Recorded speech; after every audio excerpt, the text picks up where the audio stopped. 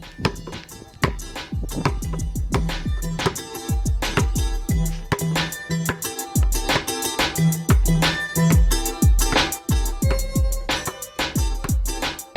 Hoop Heads Podcast is brought to you by Head Start Basketball. Hi, this is Don Showalter from USA Basketball, and you are listening to the Hoop Heads Podcast. Hey Hoop Heads! Wanted to take a minute to shout out our partners and friends at Dr. Dish Basketball. Their Dr. Dish shooting machines are undoubtedly the most advanced and user-friendly machines on the market, and they truly accelerate skill development faster than ever. Learn more at drdishbasketball.com and follow their incredible content at Dr. Dish B-Ball on Twitter, Instagram, Facebook, and YouTube. Mention the Hoop Heads Podcast and save an extra $300 on the Dr. Dish Rebel, All-Star, and CT models. Also, make sure to check out the new Dr. Dish Home Machine, which is perfect for these crazy times when gyms and schools are closed. Visit drdishbasketball.com for details. That's a great deal, Hoop Heads. Get your Dr. Dish shooting machine today. When you were in Indiana, did you ever get a chance to have any interaction with Larry Bird? Larry would come out to practice. You'd always watch practice, and he'd always talk trash. He was a big trash talker at practices, telling people he could outshoot you and all that kind of stuff. Very nervous when he was watching practices. Former NBA player C.J. Watson played for 5 different teams during his career, including the Warriors, Bulls, Nets, Pacers, and Magic. Watson has also played overseas in Greece, Italy, and Turkey during his career. CJ was originally signed to a 10-day contract by the Warriors, where he impressed coach Don Nelson as a backup to Baron Davis. Watson also played with Derrick Rose during his 2011-2012 MVP season, battling Rose every day in practice while averaging just under 10 points per game that year with the Bulls. Watson played his college basketball for the Tennessee Volunteers for 4 seasons. He finished his collegiate career as Tennessee's second all-time leader in assists and steals while scoring 1,424 points. While his basketball experience is impressive, his skills go far beyond the basketball court. Philanthropy has been at the center of Watson's career since he developed a scholarship fund that honors his late grandmother and helps to support students studying education. Watson also started the Quiet Storm Foundation in his hometown of Las Vegas. The foundation was established in order to foster learning opportunities to help young kids grow and achieve their goals in his community.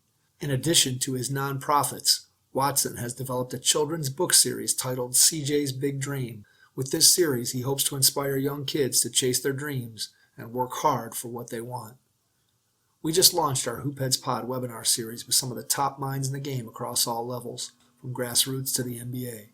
If you're focused on improving your coaching and your team, we've got you covered.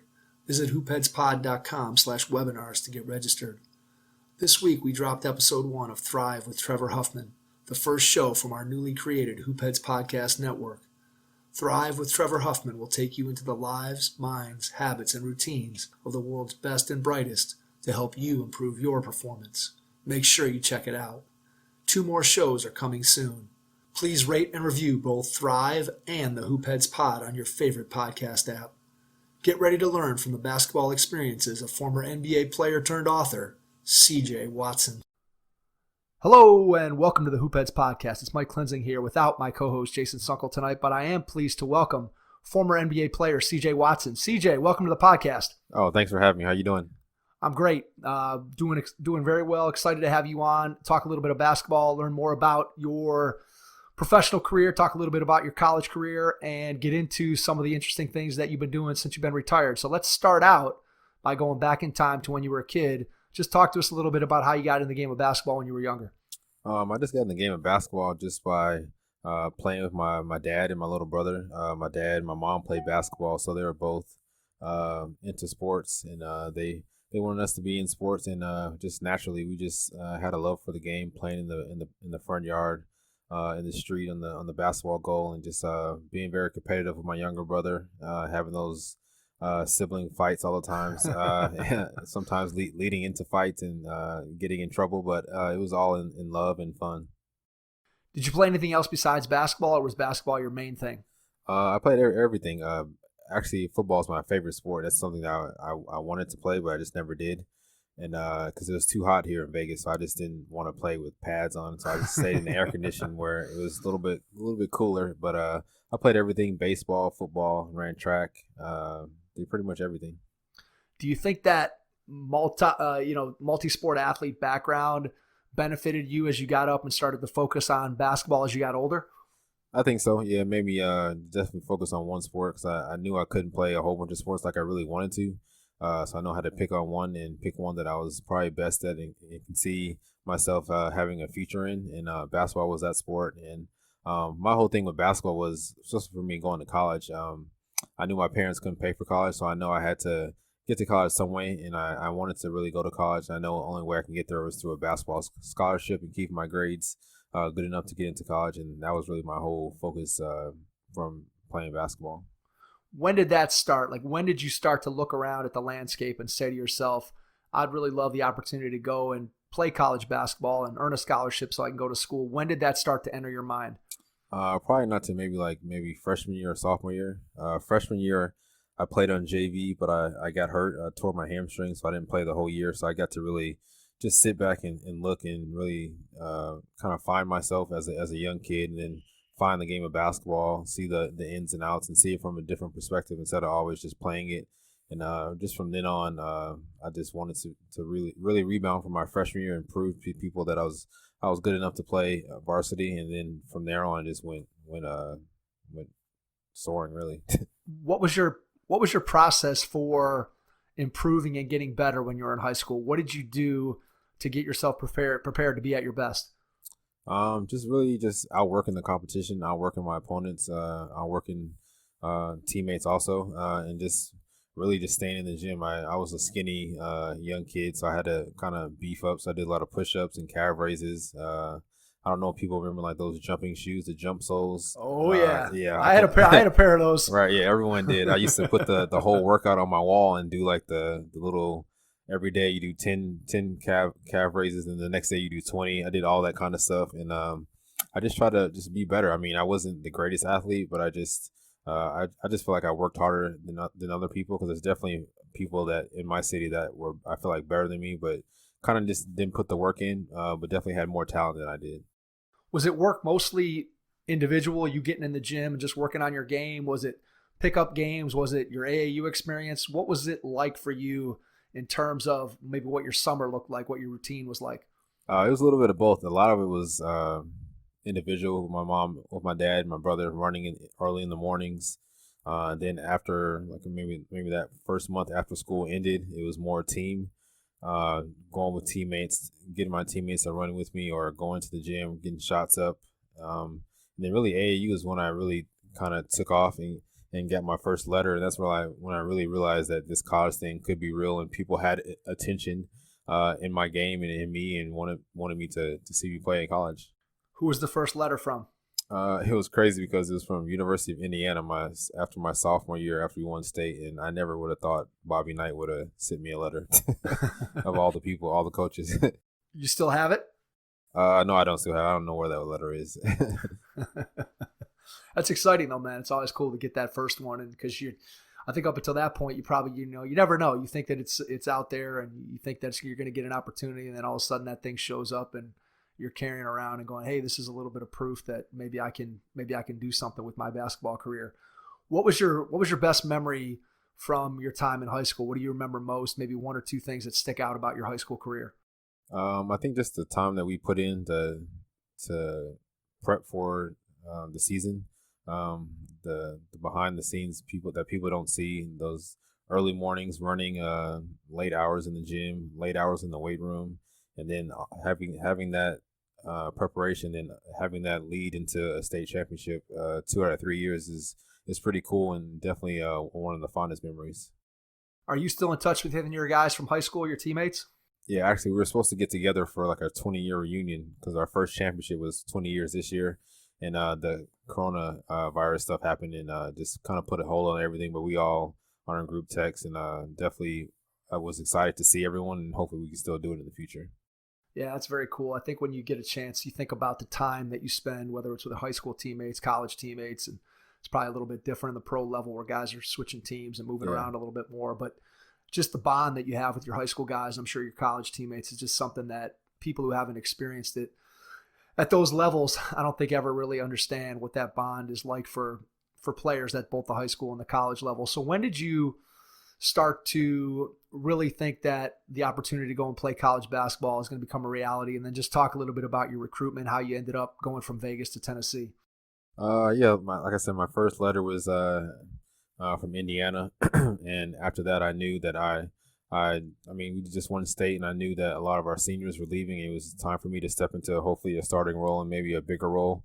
And I just wanted to kind of build on that and keep building on that and get more letters and more letters. And my dream school was to go to UCLA. And the coach at the time, Steve Lavin, he just got fired right before I was going to commit to them. And then Tennessee, I had one big tournament in Tennessee came knocking at the door, and just really offered me everything, really, from starting the first day I got there to having the reins of the ship and trying to build something in Tennessee and get to the NCAA tournament, all that kind of stuff. And I just didn't want to turn that down. And my family was from there also, so it made a big adjustment on my college decision also. Was the opportunity to play right away a big factor? Yeah, that was definitely one of the biggest factors. I mean, I could have stayed maybe at UNLV or something like that, and stayed home, but I didn't want to sit and wait. I wanted to really be thrown into the fire, see how good it was, see if I can really compete with the best of the best, even as a freshman, and then just build from there. The facilities at Tennessee are second to none. Yeah, it's crazy. I mean, I wouldn't choose any other school because they definitely do it right. They put a lot of effort into building their players, building their programs, and getting the best out of each player. How engaged are you with Tennessee's program now? Do you still get back and maybe catch a game once in a while? Are you still in contact with the current staff? Yeah, definitely, sure. The current staff wasn't my coach, but I still go back and talk with him. Coach Barnes, he's a great guy. Met him a couple times. Went to a couple games, and definitely try to catch maybe 1 or 2 games a year if it's not close to Vegas, or go back to Tennessee or Nashville or something like that. So they're definitely doing a great job, and I think they'll be back in the top 20 and back in the thick of things next year. So your college career, I'm just looking at your college stats here in front of me.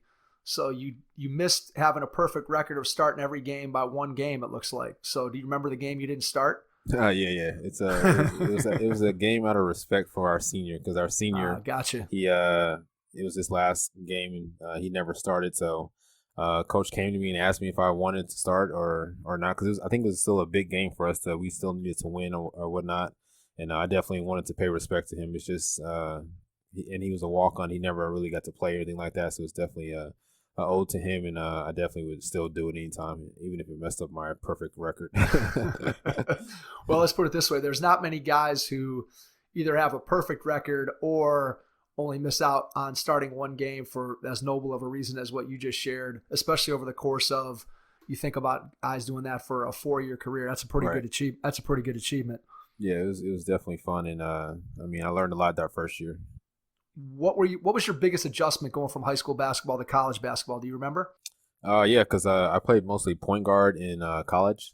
In high school, I played mostly 2 guard, a little bit of both, but I was mainly a scorer in high school. And then when I went to college, I was a little bit of both, kind of a scorer, but I had a lot of seniors on my team who could score the ball, so I had to be a lead, learn how to be a leader, learn how to get other guys the ball who were bigger than me, who could probably score at a more better dynamic rate than I could, and they were seniors also, so they weren't letting me take all the shots anyway.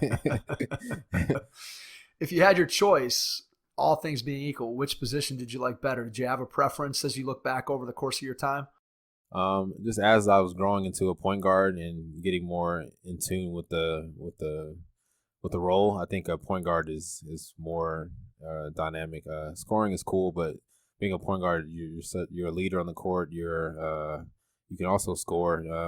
You're a passer. You gotta know plays. You gotta know where everyone is supposed to be. So I think it's a bigger role, and I liked it. So when you think back to your time at Tennessee, just like I asked you with high school, what are 1 or 2 things that stand out the most about your college career? I would say just meeting different people and getting able to travel to different cities, see different campuses. A lot of those schools in the SEC are big time programs in football and basketball. And some of those schools, if I didn't go to Tennessee, I probably would have wished I went to maybe Kentucky or Florida or something like that. And just to see those different places and cities and get to visit those cities is probably nothing you can exchange with that. And it was doing it for free, so it was no cost. That's a good way to travel. Yeah. That is a good way to travel. What was your favorite arena that you guys played in? It could be one maybe in the SEC that you played in regularly, or maybe you went somewhere and just played a one-off game somewhere. What was your favorite place you ever played? I think Kentucky is probably up there. It's always loud. It's always noisy. The fans are great there. I would say there or Florida. Florida has a great atmosphere. It's small. The fans are kind of right on top of you, and they're loud, and they're doing the little alligator chomp sign. So it's pretty cool, especially to win there on the road. It's a big victory. Yeah, there's nothing better than winning in front of a big crowd and getting them quiet. I always said that I think I enjoyed the opportunity to play in front of a big crowd and win on the road as much as fun as it is to win at home and have the crowd going crazy and on your side. It's also fun to make a big shot or win a big game and just hear silence from a crowd that 5 minutes earlier had been going nuts. Yeah, it's nothing like that. It's the best. All right. So at what point, obviously, I'm sure in the back of your head, as you're making your college decision back in high school, you're thinking in the back of your head, as every kid does growing up, playing with your family on the driveway, that, hey, someday I'd like to play in the league. And at what point do you start to think that, hey, I'm going to have at least an opportunity to be able to go and maybe make a living in the NBA? I honestly never thought about it until maybe I got to college.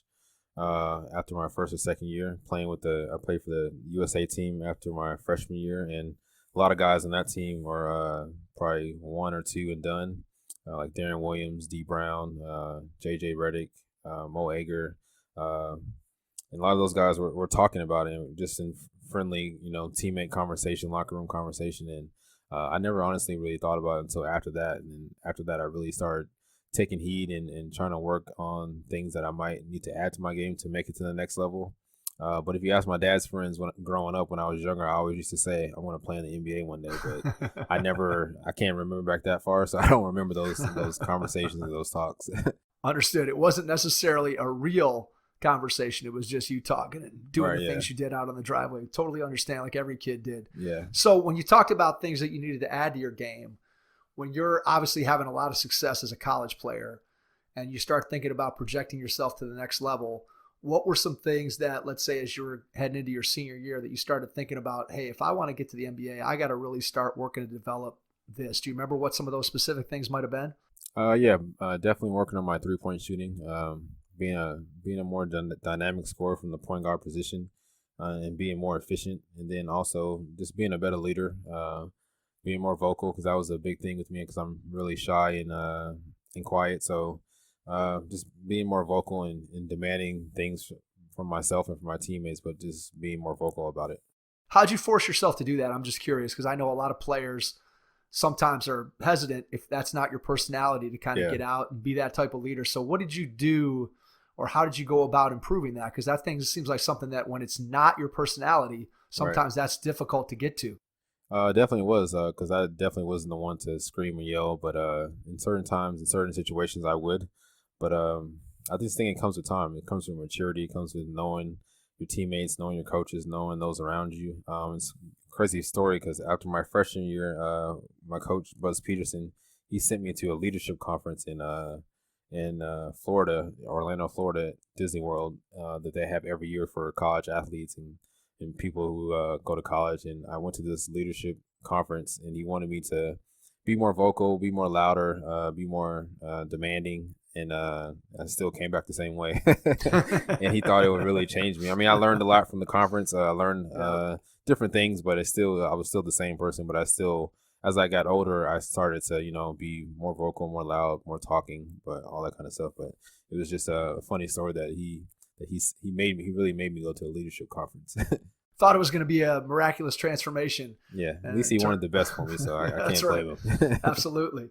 That's funny. And I think that's totally true, that you have to, I think, as a leader, you have to come to that realization, and you have to kind of get there on your own terms, on your own pace, especially when it's something that you're not naturally inclined to do. I've seen that with players that I played with. I've seen it with players that I've coached, where there's just some players that naturally have that outgoing spirit, that ability to get on a teammate in a positive way and Right. demand more from them. And then there are other guys who just are those quiet leaders who just kind of go about and say, I'm going to do it by leading by example. And I think Right. I think it's difficult for those lead by example guys to really become the opposite type of leader. I think you can do it, but Yeah. I think it definitely is a challenge to go against what your natural personality is. Yeah, definitely for sure. Yeah. All right. So talk about the transition from Tennessee to the NBA. Just talk a little bit about your pre-draft process and then just kind of going into the beginning of your professional career. The pre-draft process was fun. I know I worked hard day and night after the season ended, my senior year, and went on a lot of personal workouts with different teams, and thought I was going to get drafted, but it didn't happen. And then I went overseas. The decision to go overseas was I just needed some money. Really, I was a broke college student. Never grew up with money or anything like that, so I wanted to go and make some money for myself and for my family, and then just basically see the world, because I didn't want to stay in America, or I think it was called the D League at the time, and play there. So I thought my best chances were to play overseas and make some money, go to a different country and see the world, and then come back and maybe hopefully play summer league and try to get on a team from there. But I definitely enjoyed my first year. It was definitely an up and down year. I don't know if this has happened to anyone you've talked to, but my whole career overseas, my first year, I had a different coach every month. So every month someone got fired. So it was definitely different trying to adjust, and being a quiet guy like I am, trying to adjust to a new coach and a new offense and a new situation every month. So it was definitely hard on that part. But the other part, I definitely enjoyed it. All right. So I don't know if that qualifies for my question that I asked to everybody who's played overseas, but my question is, what's the craziest overseas basketball story? So having a new coach every month, that's pretty crazy. Yeah. But I bet you have another one, that's something that happened while you were over there that's even wackier. I don't know if it's crazy, but I mean, I guess if you play overseas, you're not used to it, but it happens. Fans were fighting, fans were throwing. It was in a game. We were winning on a road trip, and the fans were throwing pennies and lighters at us, and it was just something that is very dangerous, and that's not normal in America by our standards, I guess. But they had police at the game policing us. They had little fire sticks in the crowd, so it was definitely crazy just to be in that kind of atmosphere. All right. So beyond the basketball piece of it, what did it do for you as a human being in terms of being in a different culture? What did you take away from it as a person, not necessarily as a basketball player? I just had to grow up fast. I was overseas by myself for the majority of the time. Being 21, I had to learn how to cook for myself. I had to learn how to do a whole bunch of other things. I mean, and I just really kind of just found myself, read a lot of books, went on walking trips daily just to kind of kill time, because I was pretty bored just there being by myself, because a lot of my American teammates were older than me, and they had like their wives or girlfriends there and kids. So it was like I was just really kind of just by myself, besides being on the road with my teammates. What country were you in? Italy. Italy. Okay. So how does the opportunity to come back and get an opportunity with the NBA, how does that take place? I came back from overseas and played with the Spurs for 2 summers in a row, and didn't make the team. I was close to signing a contract, but it didn't happen. And then I decided to stay in the D League this year, because I said my overseas experience wasn't the greatest, so I didn't want to go back over there. So I just said I'm just try the D League out and try to work on things that they said I couldn't do, which is be a scorer, be a better leader, all that kind of stuff. And then eventually had a great month in the D League, and got the call up to go to the Golden State Warriors. What was that like when that call came in? It was fun, because my agent was telling me I was playing good the first couple weeks, and you're definitely gonna get a call up. You're definitely gonna do this, and I just told him I don't want to hear all that. I don't want to hear you keep telling me this and it's not happening. So just don't call me until you know for sure I'm getting a call up. And he didn't. I didn't talk to him really for like 2.5 weeks, and the next time I talked to him, he was like, "You're gonna get a call up," and it was crazy because it was between two different teams, the Charlotte Bobcats at the time and the Golden State Warriors. So who knows how it would have turned up if I went to the Bobcats. I don't know if my career would have been as long as it is, or long as it was. It's interesting. I think that you think about guys who have made it to the league and then they stick. And so much of it is, I think, and it's what you're describing right there, is situational, whether that's Right. the situation of the front office who somebody believes in you, whether it's the coach, somebody who believes in you, whether it's just you're in the right situation with the players that are on your team and you get an opportunity. So what do you think it was for you with the Warriors? Don Nelson, what was it about the Warriors that you think helped you to get your career started and then enabled you to play and, have a 10-year career? I think, like you said, it's a situation. It's about timing. Coach Nelson's offense was perfect for me. That's the kind of style that I like to play, up and down, kind of run and gun style. And that's what they were doing. They were one of the best teams who actually probably started, if not invented, that style, and played small. And that's really how my game kind of grew. He just threw me into the fire. He told me he wanted to see what I had, and if I could stick, and just threw me out there, and I played pretty well and kept getting the first 10 days and the second 10 days and then the last one for the rest of the season. And he just kept believing in me and pouring confidence into me. It's amazing. You go from out of the league and playing overseas to a fringe guy signing a 10-day contract and then another 10-day contract. Then you sign out for the rest of the year. And then, like I said, you're able to parlay that into a long 10-year career in the NBA. It's a pretty incredible story. Yeah, that was my whole goal. Like when I first went to the D League, I said I wanted to just see if I can make it, and if not, if I don't make it playing basketball, I'll do something else or whatever. But once I got that call up, I said I'm never going back to the D League or overseas or whatever. So and my teammates were like, "Yeah, don't come back, don't come back." So I was like, I promise I won't come back." That's funny. Yeah, I could see once you get a taste of the NBA life that you probably going back overseas or going to the D League probably wouldn't be your first choice if you could avoid it, I'm sure. Yeah, definitely not. All right. So when you were at Golden State, who was your favorite teammate with the Warriors? Probably Baron Davis. He was a guy that I obviously looked up to and played with on the video games, all that kind of stuff. And just to be on the same court with him, it was just like kind of like surreal. But all my teammates were great. I learned a lot from all those guys: Steven Jackson, Al Harrington, Matt Barnes, Monte Ellis. Even like I said, Coach Nelson was a big contributor to that. So they all played a big role in my development. Have you been on Jackson and Barnes podcast yet?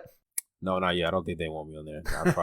I'm not big time enough for their podcast. Yeah. All right. Well, hey man, you got to keep working. You can slum down. Yeah, I gotta you can slum down with us first, and then no, that's all right. I'll definitely be here anytime. then you can get down there and get with them. So you leave Golden State, and then you go to Chicago. Talk about your experience with the Bulls. It was fun. I didn't think I would ever get a chance to play for a franchise like that, and when the call came, I was just like, yeah, just let's do it. And I know the first year when we played there, we weren't even projected to be in the playoffs, and we just kept playing well. And Coach Tibbs had us all dialed in and locked in, and provided us with so much information from top to bottom on every player, and he just had us prepared. I think that's why we were so focused, because the practices were definitely harder than the games, I feel like, and that's why we were so successful. All right, so I got to ask you from a Bulls standpoint. First question about Tibbs: what Tibbs' professional reputation from a public standpoint compared to the guy behind the scenes? How do those two compare? They're kind of the same, but not the same. I mean, he's not as hard as people think he is. He's definitely a fun, loose, loving guy. Obviously, he doesn't have like a wife or kids or anything. That's why he's so dedicated to basketball. But all that just comes from wanting to be successful.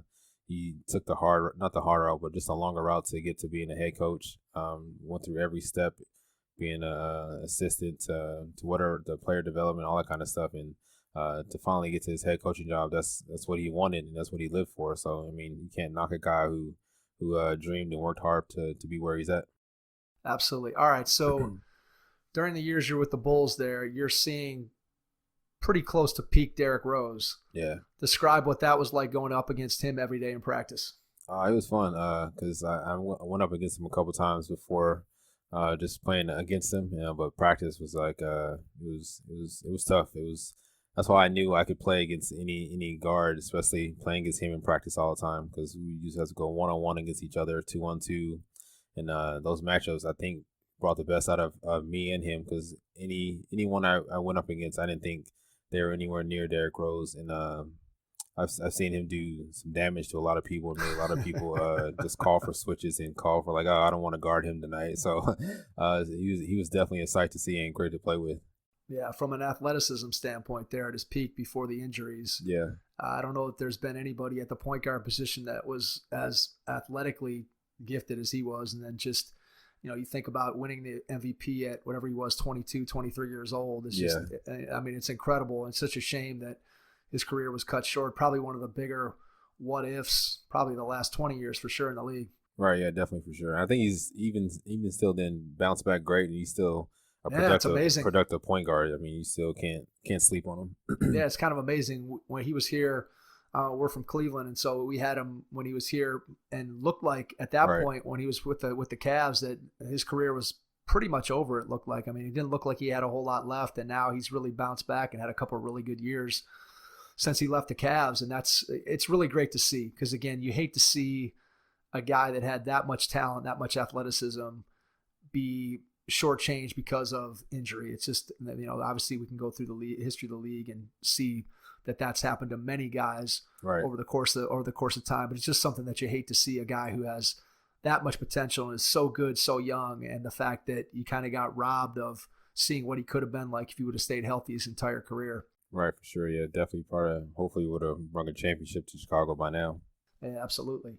All right, so talk to us a little bit about just from a pro basketball standpoint.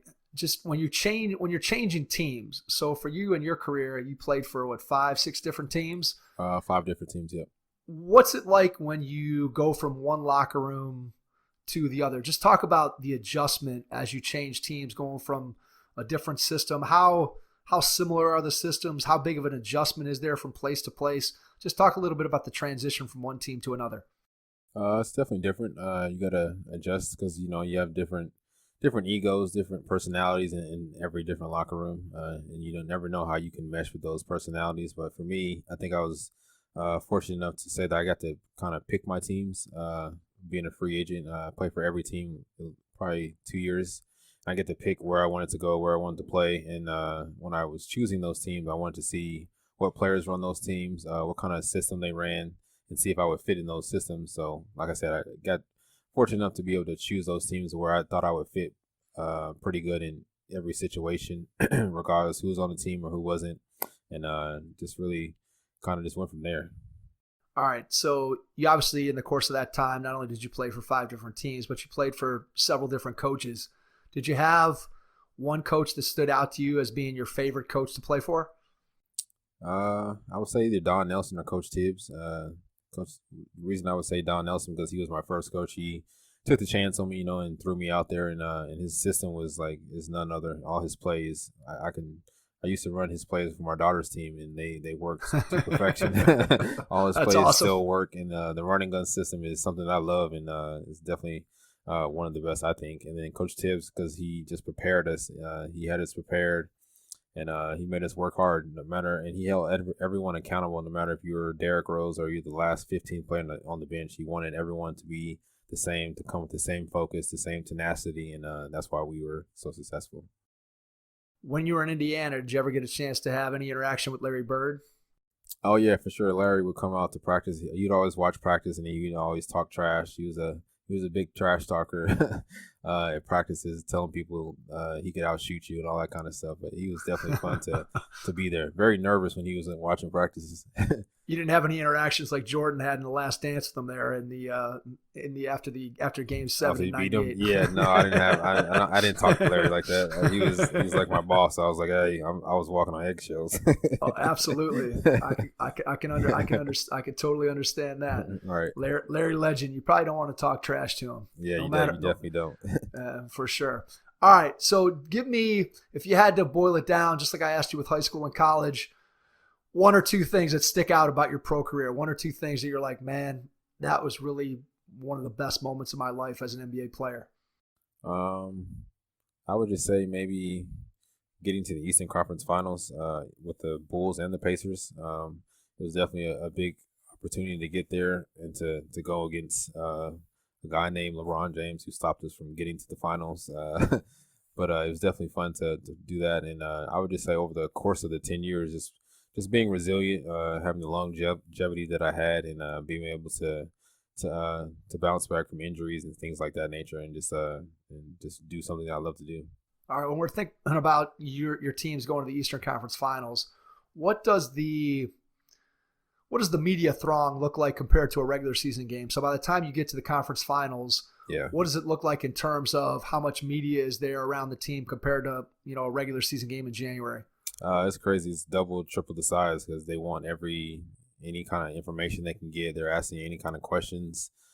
Sometimes they're starting drama, and just trying to pin people against each other just for no reason. But you got to kind of stay focused and not pay attention what the media is saying or what your family members or friends are saying and stuff like that. But just kind of be focused, and like Tibbs would always say, just keep everything in the locker room, and only people that are gonna be there for you are the ones sitting right next to you and the coaches. So I feel like that's just a great title to have and to stay focused on during those type of runs. What's it like playing in a 7-game series back and forth against the same team that many times in such a short time span? Even people who are out there listening who have played high school basketball, or maybe you've played college basketball, unless you've played in the pros, you haven't played in a 7-game series where you see this team over and over again. You get to make adjustments. I'm sure they start to wear on your nerves, and you start to see them and just I can't stand these guys anymore. Just talk a little bit about what that's like. It's really funny because we played LeBron a couple times in the playoffs, and our coach Tibbs, we knew everything about LeBron and everything he wanted to do, like going right, going left, and he would quiz us before days before games on the player you're guarding. We would have to mimic them and tell them what their tendencies were. So we knew everything about them. And like over a 7-game series, you tend to see the pros and cons of players, and then you also develop like not a hate relationship for them, but you just don't like them because you're going up against them so many times, and you have to play against them, and you guys are all going for that one specific thing, which is to win and try to get to the finals. But it's definitely cool, but in the midst of it, it's definitely kind of draining, but it's fun at the same time. What does an off day look like in between games in a series? Are you guys walking through stuff? Are you watching film? Just talk about what goes on the off days in a series. We're mostly watching film, mostly going through things on the court, but not at full speed, putting in different plays, because by the time the playoffs come, everyone knows your playbook, so you got to throw different things in there to catch them off guard, and kind of get those easy points or those easy fouls. Those possessions kind of mean a lot, especially in a playoff series when the games can be decided by 1 or 2 possessions. So those days are kind of low key, but you can get shots in if you want. You can lift weights just to rehab your body, because you're definitely, by that time, the season you played 82 games. And you're in the conference finals, there's another maybe 10 or 15 games. Your body's probably beat up, so you want to get that rest as much as possible.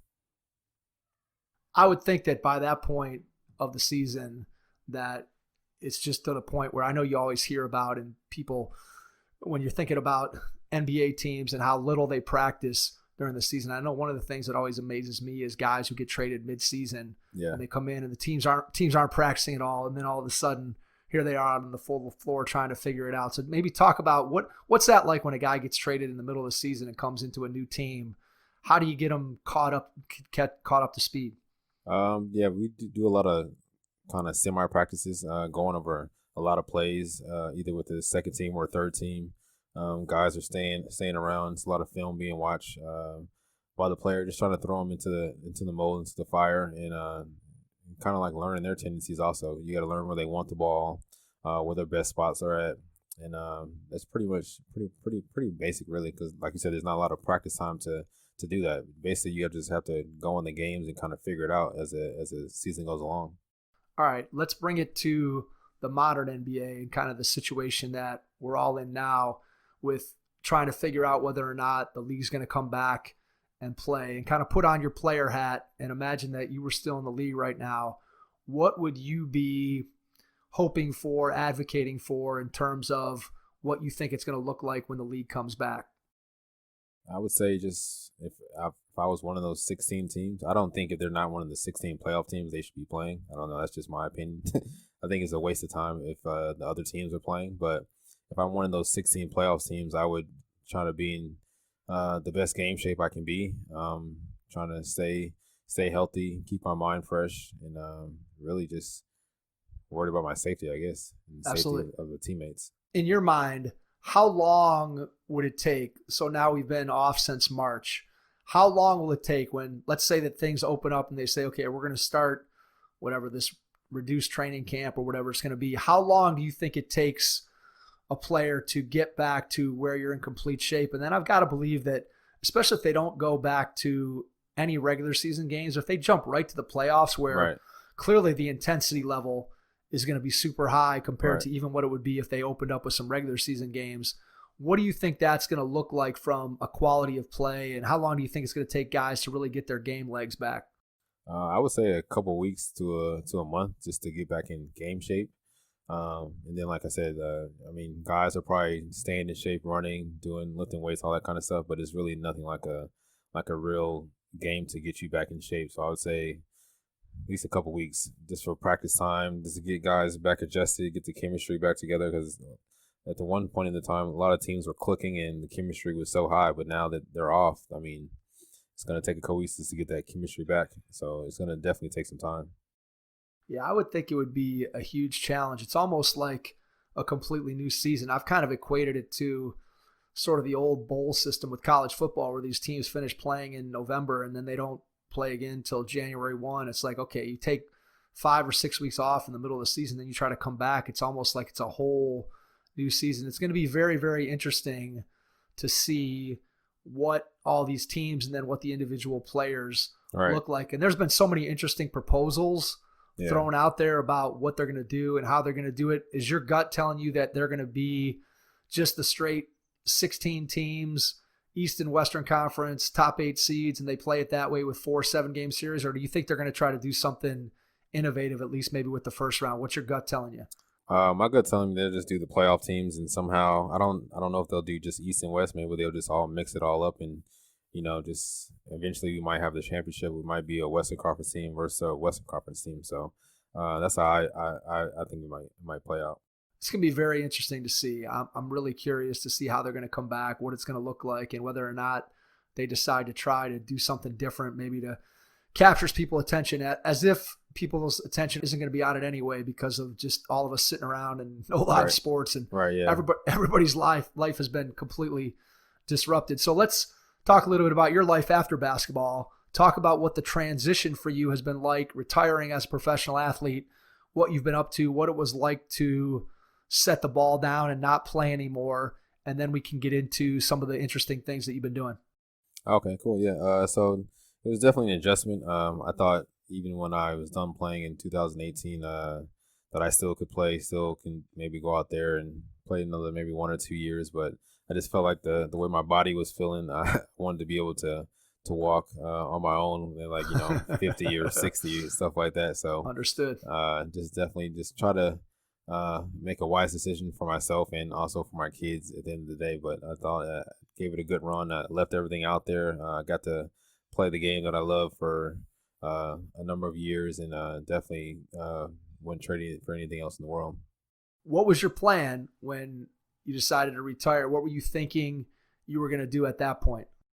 Honestly, I really wasn't going to do anything. I was just going to sit back and take my kids to school and go to their concerts and games and stuff like that, since I never could with the hectic basketball season. So I was just going to be the dad taking and dropping kids off and just playing the mom role for a minute. That's cool. How many kids you have? 2 and 1 on the way. Nice. Awesome. Congratulations. So at what point did that not change? Because obviously I'm sure you're still doing those things and still love doing those things. But when do you start to get a little itch to try and maybe do something different, something new that you hadn't done before?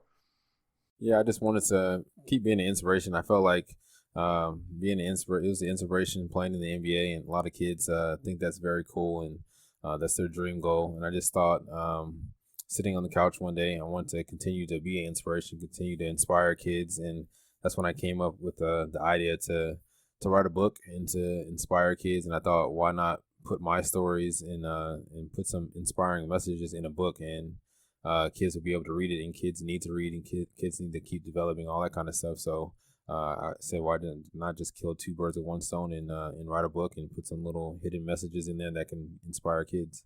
All right, give us the 1-minute pitch on the book, and then I want to dive into your process from what it looked like when you first had that idea to what it looked like trying to get that book actually published. So give us the 1-minute spiel about what the book's all about and why people should go out and get it. Okay, so the first book is called CJ's Big Dream. It's about CJ being a young kid, dreaming to play in the NBA, and wanting to get there, but doesn't know how to get there. And his goal is to continue working hard and to work hard to get to that platform. And he continues game by game and gets there. And the second book is about CJ's big project, and it teaches kids about education and how education is important. And you can't play sports unless you have your grades straight. That's awesome. I love the message. I think it's great that you had in your mind to give back to the community, to kids, and to remember that at one point you were a kid. And I think to write it from that kid perspective is fantastic. So talk a little bit about your process of going from you're sitting on the couch one day, you have this idea. What does it look like going from that idea to actually having a published book? What's that process look like? Yeah, so one of my older coaches who I played for when I went to Italy, he actually wrote a book. So I contacted him and told him my idea, told him I wanted to write a book, but just don't know how to go about it or don't know anything about the book world or book life. So he introduced me to this lady named Tamika Newhouse, and she has written books before, and she had her own company, and I talked with her and kind of just gave her all my ideas and stuff like that, and we eventually got my ideas onto paper. And that's how the book and the story came about. And I think that was a long 6 or 7 month process, just going and talking and having conversations with her about what I was doing as a kid, what I liked, what I didn't like, and making sure that the story still had an inspirational feel to it and kids can still relate to it. Did the story and the details of it come to you pretty easily, or was the writing process more daunting than that? How would you describe the process that you went through to actually sit down and write it? Well, actually, me and the lady Tamika, we both she wrote it, but I just gave her the ideas and the story and stuff like that. Gotcha. But the story and the ideas were basically all my views of growing up. The first book talks about living in the inner city, seeing different things like graffiti on the wall, uncut grass, things of that nature, and that kind of doesn't make CJ less focused, but it just makes him seem like those dreams that of accomplishing the NBA isn't real. So this kind of tells kids that no matter wherever you grow up, those things can still happen. You still can achieve your goals no matter where you grow up. So it's definitely those messages in there that I went through in my life that maybe other kids can relate to. I think it's really cool that you were able to take your own story, your own details, your own journey, and put that into a book that kids can relate to and kids can follow that story. And just like we talked about right off the top of the podcast, when you were a kid, and that was my first question, and you talked about how you're playing on the driveway with your family and your brother and you're getting in fights, and at some point your family remembers you saying, hey, I want to play in the NBA. And you think about the number of kids that have that same dream. And when you're able to share your story and be able to show them that, it wasn't super easy for you. You had obstacles you had to overcome. There were things in your environment that made it difficult for you to get where you wanted to go. I think that that's got to be inspiring, A, for you to write it, and then B, for you to know that there are kids out there reading that maybe can take what you've written, what you've learned, and turn it into their own dream. And maybe that doesn't end up in the NBA, but maybe that ends up with them being a doctor or a lawyer or a fireman or whatever it might be. Right, I think that's to me, that's really cool. Yeah, that was definitely the whole process. Like I said, growing up, I didn't really have any famous sports figures in my city. Only person that I knew that made it to the NBA was one of my high school coaches, and he was definitely a great figure in my life. So I just said, why couldn't I be that same figure that some kids might or might not have, and just give them the inspiration. Like I said, like you just said, it doesn't have to be playing the NBA. You can be an entrepreneur. You can be a doctor, a lawyer, or whatever it is that those kids want to be. But there's no limitations to your dreams. All right, tell people how they can find out more about the book. Where can they get the book? Just let us know a little bit about where we can find this thing. You can find it on Amazon under the title CJ's Big Dream or CJ's Big Project, or you can go to my personal website, cjpens.com, and purchase it there. You have the idea for the third book already? Yeah, I do have an idea for the third book. It's called CJ's Big Moment. It's about bullying. So I know a lot of kids might or might not get bullied, and just how to handle those type of situations. Because, like I said, these are real stories that happened to me when I was younger. So they definitely can relate to these stories. And I think bullying is a big subject for younger kids. How far out do you have titles? What number are you up to? Are you stuck at 3, or do you have a few more titles in mind? We're stuck at 3 right now, but working on the 4th one because the contract was 4 books. So after that 4th book, I'm not sure what I'm going to do. If I'm going to continue writing or telling stories or do something else. I'm not 100% sure yet. Got any ideas of things if you end up leaving the book behind? Is there anything in your mind out there that kind of intrigues you that you might want to get involved in with it if an opportunity comes your way? Everyone says I should be a coach, but I'm not sure. I don't know yet. I'm just still taking it day by day for now. Yeah. How much do you miss the game? I mean, from a playing standpoint, from being around it day to day.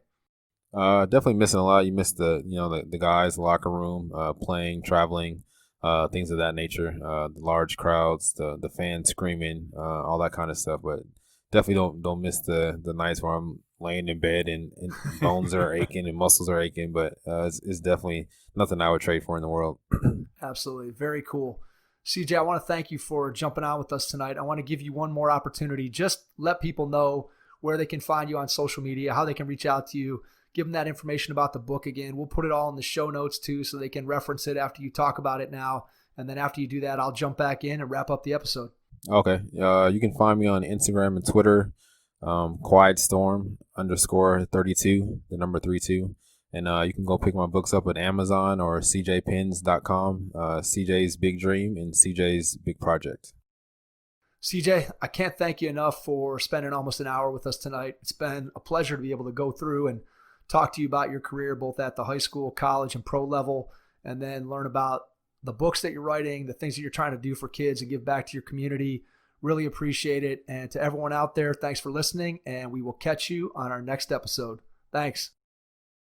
Thanks for listening to the Hoop Heads podcast, presented by Head Start Basketball.